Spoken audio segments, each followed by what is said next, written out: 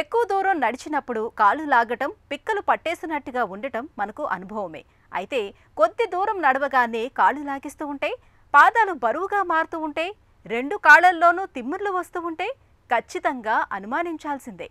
ఇలాంటి బాధల వెనుక స్పైనల్ స్టెనోసిస్ అనే సమస్య కారణంగా ఉండే అవకాశం ఉంటుంది. వెన్నెముకలోని పూసల నుంచి కాళ్ళలోకి వచ్చే నరాలు ఒత్తిడికి గురవుతున్నప్పుడు నడకలో ఇబ్బందులు ఎదురయ్యే అవకాశం ఉంటుందని చెబుతారు డాక్టర్లు. స్పైనల్ స్టెనోసిస్ గురించిన పూర్తి వివరాన్ని ఇప్పుడు తెలుసుకుందాం.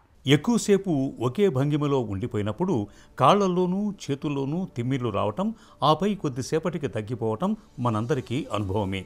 ఈ తిమ్మిర్ల గురించి మనం పెద్దగా పట్టించుకోకూడా. అయితే మనలో కొంతమందికి నడుస్తున్న ప్రతిసారి కాళ్ళు బరువెక్కిపోతూ తిమ్మిర్లు పడుతూ ఉంటాయి. ఒక ఫర్లాంగ్ దూరం నడవగానే కాళ్ళు లాగేస్తున్నాయని, ఇక మా వల్ల కాదంటూ కూర్చుండిపోతూ ఉంటారు. కొద్దిసేపటికి లేచి నడవటానికి ప్రయత్నించినా మళ్ళీ కాళ్ళు బరువెక్కటం, తిమ్మిర్లు పట్టడం జరుగుతూ ఉంటుంది. తిన్నగా నిలబడలేకపోతూ ఉంటారు, నడవలేకపోతూ ఉంటారు.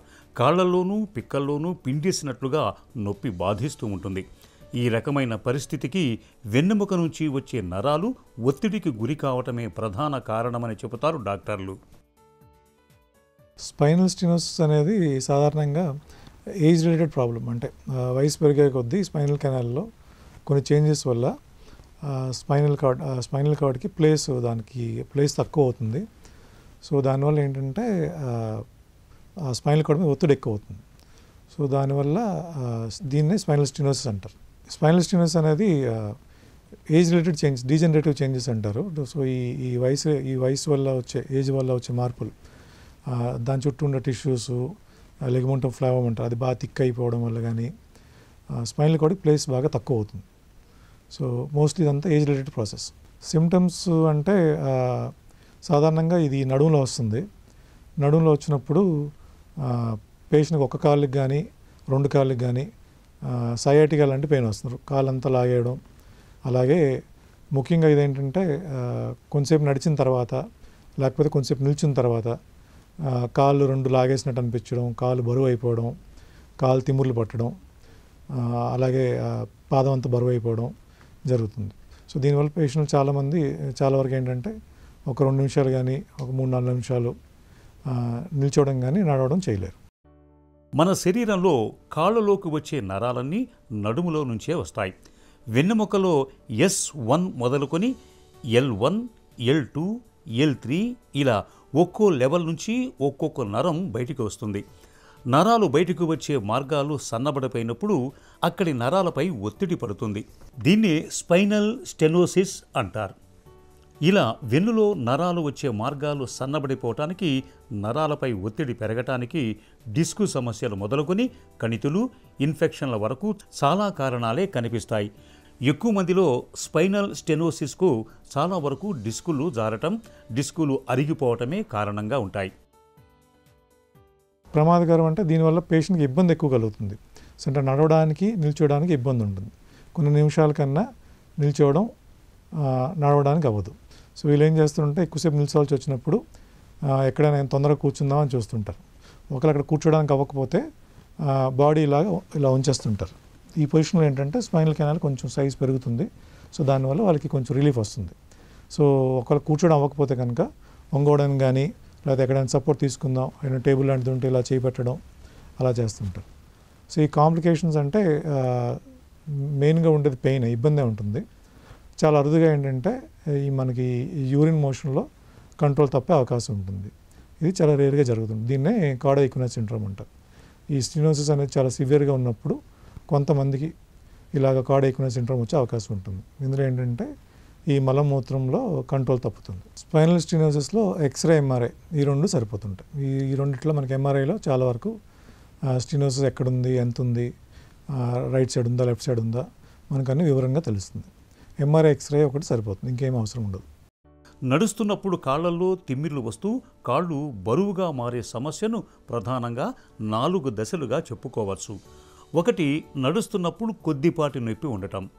2, కొద్ది దూరం నడవగానే కాళ్లలో తీవ్రమైన నొప్పి రావటం. 3వ దశలో విశ్రాంతి దశలో కూడా కాళ్ళు లాగేస్తుంటాయి. ఇక 4వ దశలో కాళ్లలోని కండర కణజాలం నెమ్మదిగా నశించిపోతూ ఉంటుంది.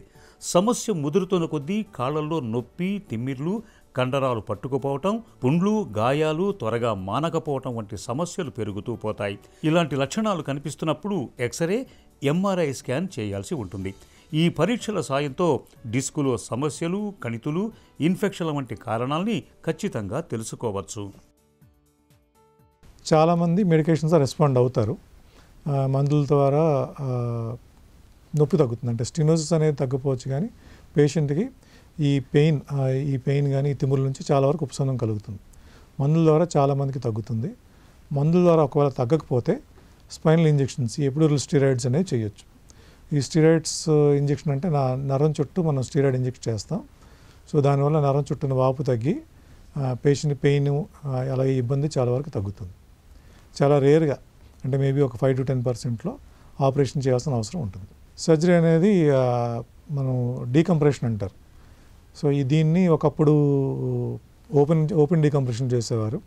సో అప్పుడు ఏంటంటే స్పైనల్ కార్డ్ పైన ఉన్న బోను అవన్నీ తీయడం జరిగేది, లామినెక్టమీ అనేది చేసేవారు. కానీ ఇప్పుడు మినిమల్ ఇన్వేజివ్ సర్జరీ ద్వారా మనం ఏదైతే మన స్పైనల్ కార్డ్ నొక్కుతుందో కేవలం ఆ టిష్యూస్ వరకు తీస్తే సరిపోతుంది. దీన్ని ఇంటర్లామినర్ డీకంప్రెషన్ అంటారు. బోన్ మొత్తం తీయాల్సిన అవసరం లేకుండా కేవలం ఆ టిష్యూస్ని, లిగమెంటమ్ ఫ్లేవం అని ఉంటుంది, దాన్ని తీసేస్తే స్పైనల్ కార్డ్ చాలా వరకు ఫ్రీ అవుతుంది. సో అంటే ఈ మినిమల్ ఇన్వేజివ్ సర్జరీ ద్వారా మనం రిలీఫ్ పేషెంట్కి ఇవ్వచ్చు. సో ఇది నేను ముందుగా చెప్పినట్టుగా ఏజ్ రిలేటెడ్ ప్రాబ్లం, అంటే వయసుతో పాటు వచ్చేది. సో దీనికి పెద్దగా ప్రివెంటివ్ మెజర్స్ ఏమీ ఉండవు. సో ఇది ఎవరికైనా రావచ్చు, బట్ సాధారణంగా ఎల్డర్లీ ఏజ్లో వస్తుంది, ఒక 50-60 తర్వాత వస్తుంది. సో దీనికి ప్రివెన్షన్ అనేది మన చేతిలో లేదు. కాళ్లల్లో సమస్యల్ని తెచ్చిపెట్టి నడకను కష్టతరం చేసే స్పైనల్ స్టెనోసిస్కు ఇవాళ చక్కటి చికిత్సలు అందుబాటులో ఉన్నాయి. వెన్నులో డిస్కులు జారినప్పుడు, డిస్కుల్లో అరుగుదల కనిపిస్తున్నప్పుడు, వాటి మూలంగా వెన్నులోని నరాలపై ఒత్తిడి పడుతున్నప్పుడు ముందుగానే ఆపరేషన్ అవసరం లేదు. మొదటి దశలో మందులు, తర్వాత ఫిజియోథెరపీని సూచిస్తారు. ఫిజియోథెరపీలో ఇవాళ ఎలక్ట్రోథెరపీ, లేజర్ థెరపీలు కూడా చేస్తున్నారు. వీటి సాయంతో 50 నుంచి 60% మందికి మంచి ఫలితాలు ఉంటాయి. కొంతమందికి ఈ చికిత్సలో కూడా నొప్పి తగ్గదు. వీరికి ఇంజెక్షన్ థెరపీ ఇవ్వాల్సి ఉంటుంది. వీటిని స్పైనల్ ఇంజెక్షన్స్ అంటారు. ఎపిడ్యూరల్ స్టీరాయిడ్, ఫాసెట్ జాయింట్లలోకి ఇంజెక్షన్ చేస్తారు. వీటితో మంచి ఫలితాలు ఉంటాయి. వీటితో కూడా ఫలితం లేనప్పుడు మాత్రం ఖచ్చితంగా సర్జరీకి వెళ్లాల్సి ఉంటుంది. ఆపరేషన్ చేసి నరాలు వచ్చే మార్గాల్ని వెడల్పు చేస్తారు. దీంతో నరాలపై ఒత్తిడి తగ్గి మామూలుగా నడిచే పరిస్థితికి వస్తారు.